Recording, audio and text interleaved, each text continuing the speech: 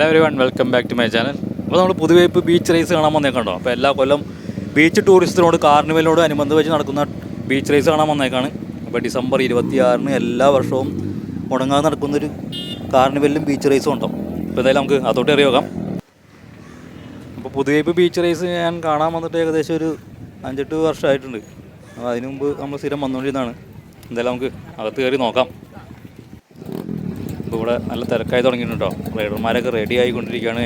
മറ്റേ രജിസ്ട്രേഷനൊക്കെ നടന്നുകൊണ്ടിരിക്കണുള്ളൂ. സമയം 11:30-12 മണിയൊക്കെ ആകുമ്പോഴേക്കും തുടങ്ങുന്നതാണ് പറഞ്ഞിരുന്നത്. എനിക്ക് തോന്നുന്നുണ്ട് അത്രയും അതും കഴിഞ്ഞ് പോകും, സ്റ്റാർട്ട് ചെയ്യാമെന്ന് തോന്നണം. അവിടെ ട്രാക്കൊക്കെ അടിപൊളിയായിട്ട് സജ്ജീകരിച്ചിട്ടുണ്ട്.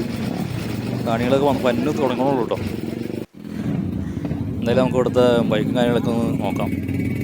ഞാൻ അവസാനമായിട്ട് പുതിയ ബീച്ചിൽ വരുന്നത് 2011-ലാണ്. അന്ന് വരുമ്പോൾ 2 സ്ട്രോക്ക് വണ്ടികളുടെ യമയുടെ കളിയായിരുന്നു. ഇന്നിപ്പോൾ അത്രയാണ് കാണുന്നില്ല. ഇപ്പോൾ നമ്മൾ ഇമ്പൾസും എക്സ്പൾസും അതുപോലെ ഫോറിൻ കാറ്റഗറിയുള്ള Kawasaki, Yamaha, Honda original motocross വണ്ടികളൊക്കെ എത്തി തുടങ്ങിയിട്ടു. അപ്പോൾ അങ്ങനെ ഇന്ന് വർഷങ്ങൾക്ക് ശേഷം നമ്മൾ പുതിയ ബീച്ചിൽ വന്നേക്കാണ്. എന്തായാലും തീപാറും റേസാണെന്ന് വിചാരിക്കുന്നത്.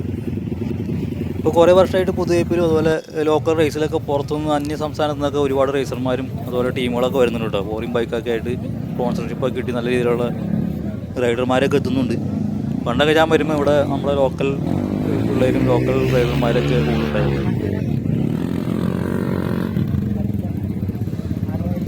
എന്തായാലും നമുക്ക് ട്രാക്കൊക്കെ നോക്കാം. ട്രാക്കൊക്കെ ഫ്ലാറ്റ് ട്രാക്കാണ്, സ്പീഡി ട്രാക്കാണ്. 2-3 ജമ്പുള്ളൂ.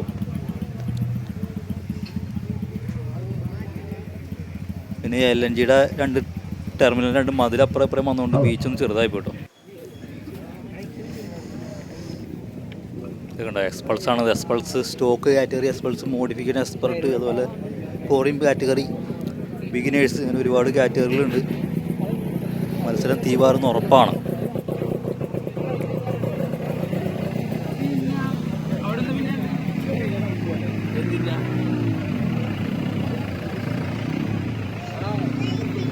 ഇപ്പോൾ രജിസ്ട്രേഷനൊക്കെ ഏകദേശം പൂർത്തിയായിട്ടുണ്ട്. റേസിന് ഉടൻ തന്നെ സ്റ്റാർട്ട് ചെയ്യുമെന്നാണ് തോന്നുന്നത്.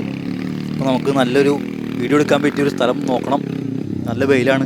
ഒരു 2 തുപ്പി ഒരു വെയിലിൽ നിന്ന് രക്ഷ നേടാൻ ഒരു ക്യാപ്പൊക്കെ സംഘടിപ്പിക്കണം അവിടുന്ന്. അതെടുക്കാൻ മറന്നേ. ഒരുപാട് പേര് കാണാൻ വരുന്നുണ്ട്. അപ്പോൾ ഇവിടെ ന്യൂ ഇയർ വരെയും വൈകുന്നേരം കാർണിവൽ പ്രമാണിച്ച് കലാപരിപാടികളെല്ലാം ഉണ്ട്. എല്ലാവരും പുതിയ ബീച്ചിലോട്ടൊക്കെ വന്ന് എൻജോയ് ചെയ്യട്ടോ. ഫാമിലിയൊക്കെ ഇട്ട് വരാൻ പറ്റിയ അടിപൊളി സ്ഥലമാണ്. പിന്നെ അധികം ആരും വെള്ളത്തിലോട്ട് ഇറങ്ങാൻ. ഇവിടെ ബീച്ച് എന്ന് പറഞ്ഞാൽ നല്ല ആഴമുള്ള ഏരിയയാണ്.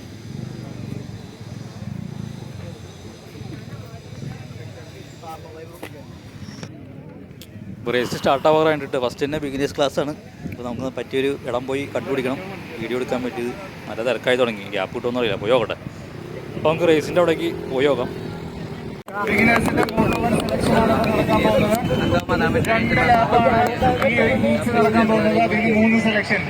സോ എല്ലാവരും നല്ലൊരു കൈ അടിച്ച് പ്രോത്സാഹിപ്പിക്കുക. എല്ലാ റൈഡേഴ്സിനെയും ആരംഭിക്കുന്നു. പ്രത്യേകം ശ്രദ്ധിക്കുക. ബാരിക്കേഡിൽ ചാരി നിൽക്കുന്നവർ അല്പം പിന്നിലോട്ട് മാറി നിന്ന് മത്സരം വീക്ഷിക്കണമെന്നറിയിക്കും.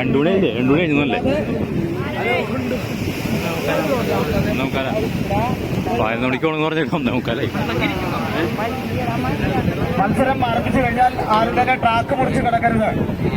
ഏതെങ്കിലും തരത്തിൽ അപകടം സംഭവിക്കുകയാണെങ്കിൽ ടൂറിസം കമ്മിറ്റിയോ ബീച്ച് റേസൊക്കെ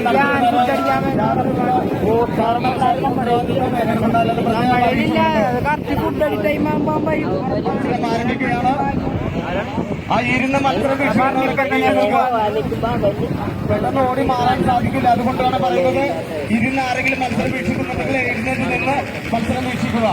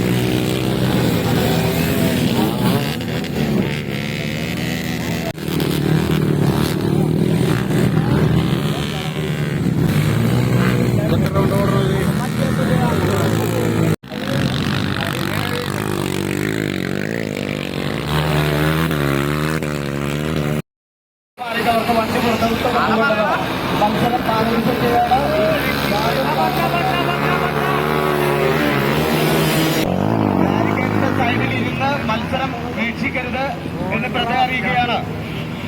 ബാരിക്കേഡിന് താഴെ ഇരുന്ന് ആരും തന്നെ മത്സരം വീക്ഷിക്കരുത്.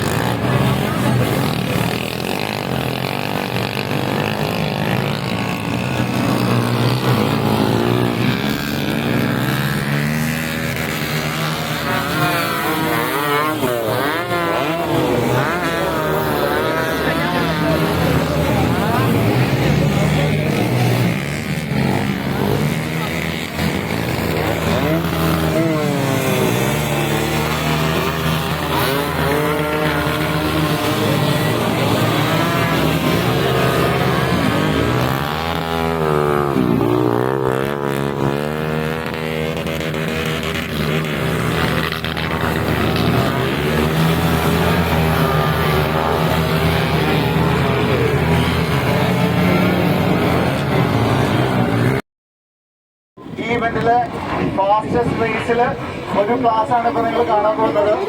ഭയങ്കര ഫാസ്റ്റ് ആയിരിക്കും നിങ്ങൾക്കെല്ലാം.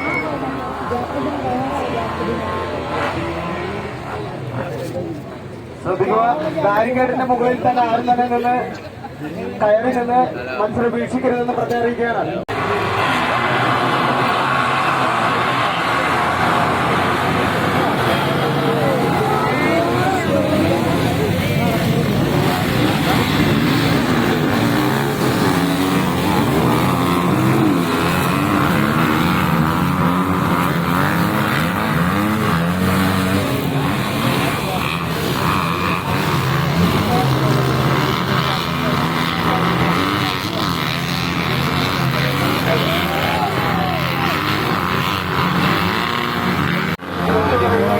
Mysore tiger thank you. മൂന്നാമതായിട്ട് പോയിക്കൊണ്ടിരിക്കുന്നത് അറിയപ്പെടുന്ന അമൽ വർഗീസ്. അതിനും തൊട്ടുപിറകിലായി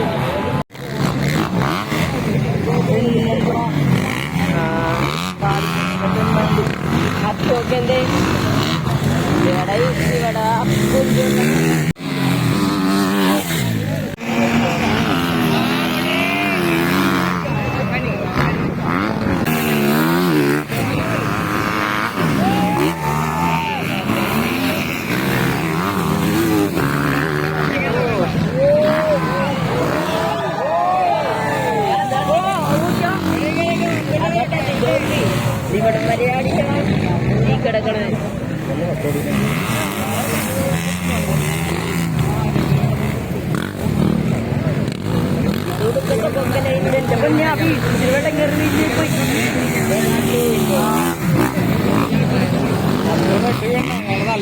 എന്റെ പൊന്നെ നീല വീണ വീഴ്ച ഞാൻ വീണ നോക്കിക്കണേ തപ്പായി പോയല്ല അത് തപ്പായല്ല പോകുമല്ല.